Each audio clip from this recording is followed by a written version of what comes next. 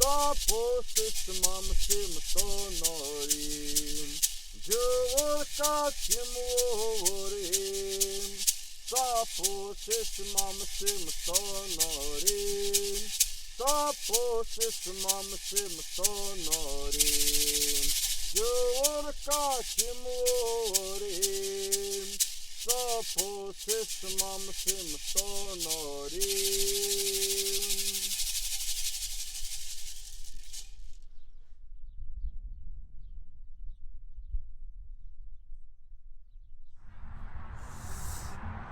He was a good man. He was a soft heart. He didn't like nothing bad. He was never about that gang life. He loved his family. He loved everyone around him. He loved music, reggae music. He loved everything. Just a great man overall. Long live my brother, man. Hi, my name is Justin Morgan. This is my brother, Sean, Tohono O'odham Nation. We're from Rose Park. We're on General Drive right now. Unfortunately, my brother passed away to a drive-by shooting. Got one king to the head. Long live my brother, Sean. We're Tongan, from the islands of Tonga. Yeah, Utah, Salt Lake City. So what is food like in your community here in Rose Park? It's a bunch of fast foods. That's all I eat. I want something healthy. Do you feel like you have access to healthy organic food in your community? To be honest, no. If I want to go eat something healthy, I always gotta take the freeway somewhere else. So I would say no.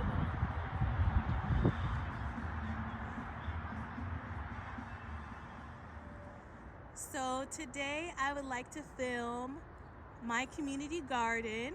I share it with my own personal plat, my neighbors, part of the Fair Park and Rose Park and Gateway neighborhoods.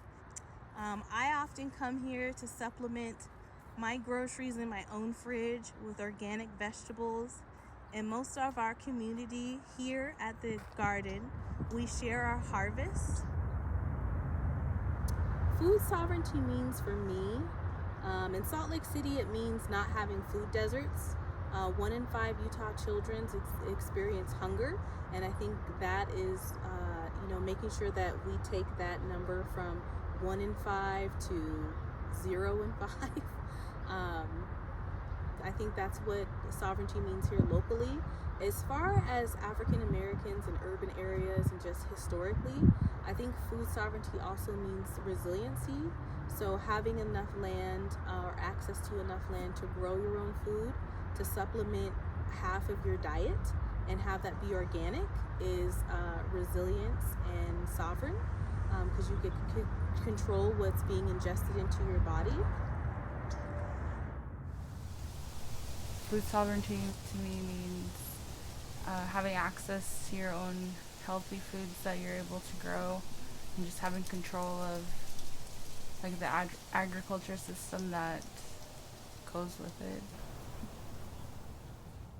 I think it kind of, for me at least, it goes back to being removed from our lands and being taken to reservations, and being provided the foods that the government had given us, and not having the ability to have access to the original foods that we once had, and having to come up with a whole different food source, and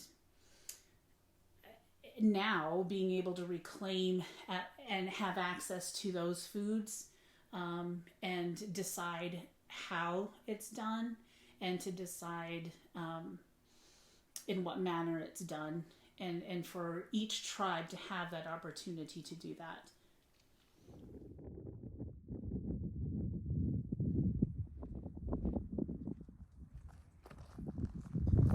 Food sovereignty and food security existed before those words came into our vocabulary.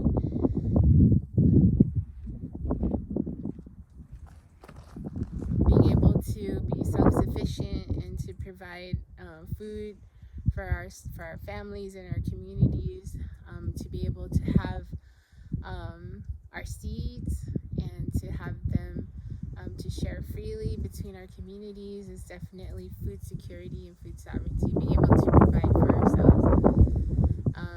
It's reported that in the 1920s, O'odham were growing about 1 million pounds of tepary beans, and then in the early 2000s, we're growing less than 100 pounds. And so we look at what happened between the 20s and the early 2000s, a lot of history, a lot of boarding school era assimilation, people moving from the land to towns, working office jobs and different things, going into the service, that took men and families away from the fields. And so that's definitely had an effect on our food sovereignty and food security. But right now, in 2021, it's looking pretty good. We've come a long way in the past 10 years to reclaim a lot of our traditional agriculture and a lot of traditional foods, and making sure that young people have that kind of education and experience and learning how to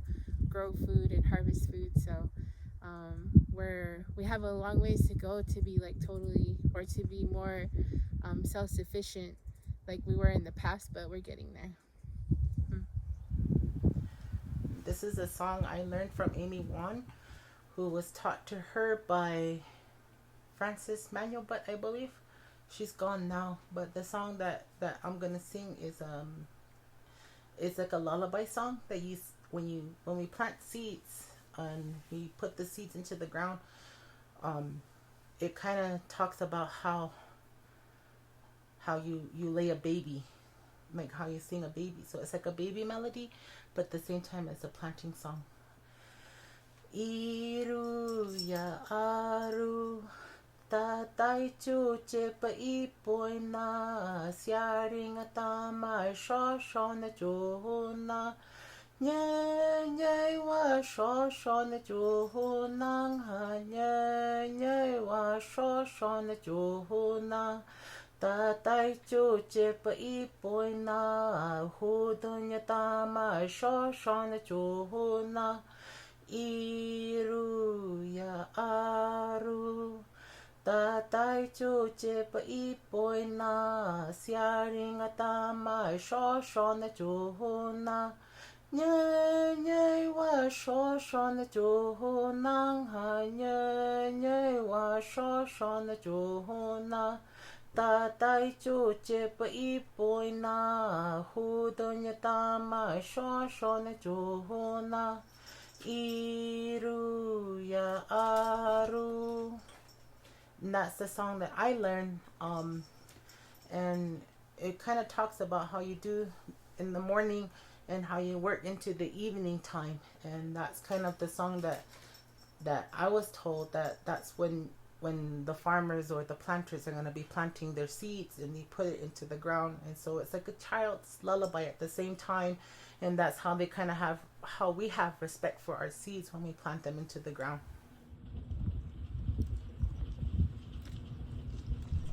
The food is important. Like the traditional foods are really important to all of them. It's really important to all of them because that's something that really connects us to our people. You know, they talk about stories about the plants, about how things are, grown and whatnot. There's songs that are sung about like planting seasons and whatnot. So I think it's really important for people to go out there and to start making their gardens or their oidag to start growing, because I was told too that people should be eating the food, and if you eat the food, then it kind of helps you, it helps your heart. And on like a traditional level, say a way of thinking, it helps you. It helps your heart, it helps your body, it helps your mind and your soul. When we talk about food, this place, and there's a little house that you can see further on the other side. Everybody just knows that as Maria's, and throughout history. I think the border has always been an area of trade all along from California to Texas, and that's no different here on the Tohono O'odham Nation, because this is known as the San Miguel Gate, and it's also it had been a place for people to gather. My grandparents, my great-grandparents, and a lot of the families from around here on this side, on the U.S. side of Mexico, used to meet right here to trade. They used to sell fruits and vegetables and coffee, tequila, food like cheese, white cheese, quesadillas, just all kinds of good stuff. But over time, as border security tightened, that started to have an impact, and now it's not possible anymore because this crossing right here is locked shut, and that's been that way for the past 5 or so years. So still new, but has greatly affected our way of life, because this was a gathering place, and it was a way for us to share not only food but culture, and to keep family ties strong. But that's just one of the challenges that we continue to work through for us here on the Tohono O'odham Nation.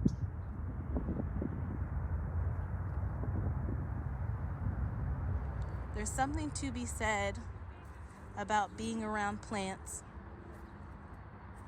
smelling their fragrant aromas, seeing insects and other parts of life, birds, going on about their day, not even aware of all the things that humans do.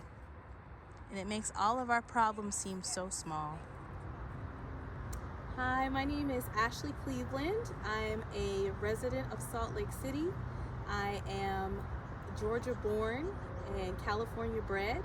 My ancestors come from West Africa, and I also pay great homage to our Buffalo Soldiers and all African American slaves within the United States. For African Americans, in particular with our history with this country, we have a deep root with agriculture and the way that this billion-dollar industry or billions of dollar industry was formed. We wouldn't have the USDA without the practices of Africans and West Africans in building this country. So I think a lot of our sovereignty and resiliency is tied to our indigenous practices that were brought over from Africa. And how do we actually maintain those practices and get some of our land back that was provided to us, and we bought and toiled and suffered for as sharecroppers. 90% of African American farmers in the U.S. no longer own their land. There's only 10% of us left that are still practicing agriculture on our own land. So I think that sovereignty and resiliency is tied to us being able to produce our own food. See, I don't even know that one either. Let's be honest, real talk, food sovereignty. I don't know what that looks like.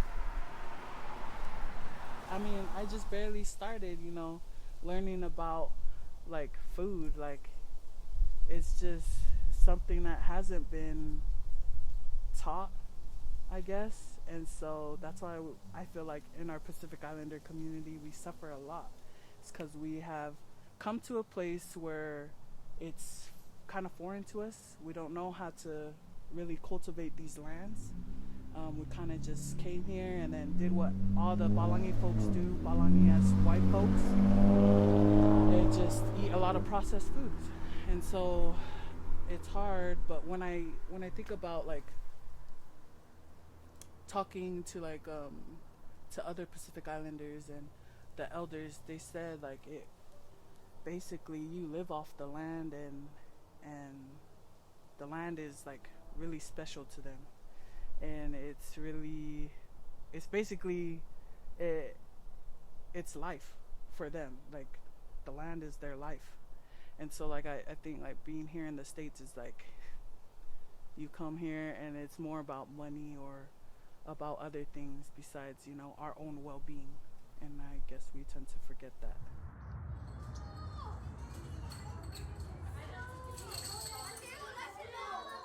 Hello, my name is Henry, and I live in Salt Lake City, Popular Grove, and I'm 11 years old. So please say what's your name? So what's your name? Jaden, And what school do you go to? Wallace Stegner Academy, And how old are you? 8. Well, 9 today because it's his birthday.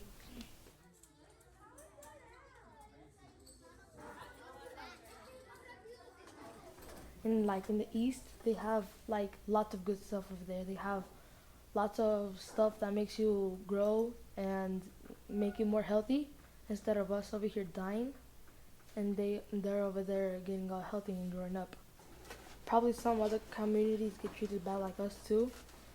And like some of them, they get treated like really good. They get lots of healthy stuff and resources and stuff like that. They want the rich people to stay alive more than the other peoples. And that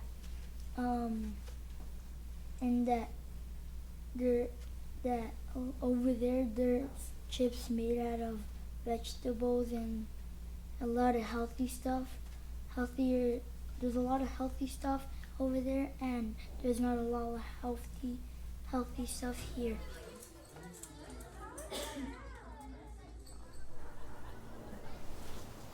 Well, growing up in Provo, they had a local food bank that you could go to and sign up for, and my mom would take us there, and she'd have to fill out some paperwork, just how big our household size was, how much income she made, and then they would just have like a limited amount of different foods that you could grab for the day, and we would always go home with like mostly canned food like beans and rice and just like canned foods. Well, my friends in Chicago who are Lakota, they have allies who might have a little bit more land in their yards, and basically through their connections and networks, these friends would lend them their backyards for the season to grow food. And they did that for a couple of years until they were able to get an abandoned plot that the city was going to basically turn into a landfill, and turn that into a youth community garden. And so that's really flourishing right now. And they also use that to do different projects with youth, whether it's teaching singing, different arts and crafts, and just do those different things throughout the season that young people should know, especially Indigenous young people if they were at home. So I know that it's possible now, but it is possible through community and through pushing for access to pieces of land, because it's hard to come by in a city. So I am growing radish, and like everyone else is growing lots of healthy stuff. The reason why I want to grow them radish is because so we can have more stuff to use, and it's because I'm Mexican, and I want to make some pozole and put some radish in there. I just hope that we can support more BIPOC and underrepresented communities to make gardens like these, either at their apartment complexes, other parts of land, parks, so that we can grow vegetables that are not only good for our body, but representative of our culture. There's so many things that we ate that healed us from the lands that we came from, that are going to be the only remedy to take care of us now.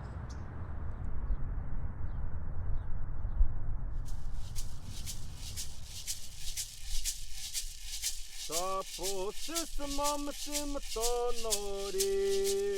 Sapo mama sima tonorim. Jurka chimurim. Sapo mama sima tonorim. Sapo mama sima tonorim. Sapo mama sima tonorim. Kachimorim, Tapo Sistamam Simatonorim, Tapo Sistamam Simatonorim, Jor Kachimorim, Tapo Sistamam Simatonorim, Tapo Sistamam Simatonorim, Jor Kachimorim, Tapo Sistamam Simatonorim, Tapo Sistamam Simatonorim, Jor Kachimorim, Tapo Sistamam Simatonorim.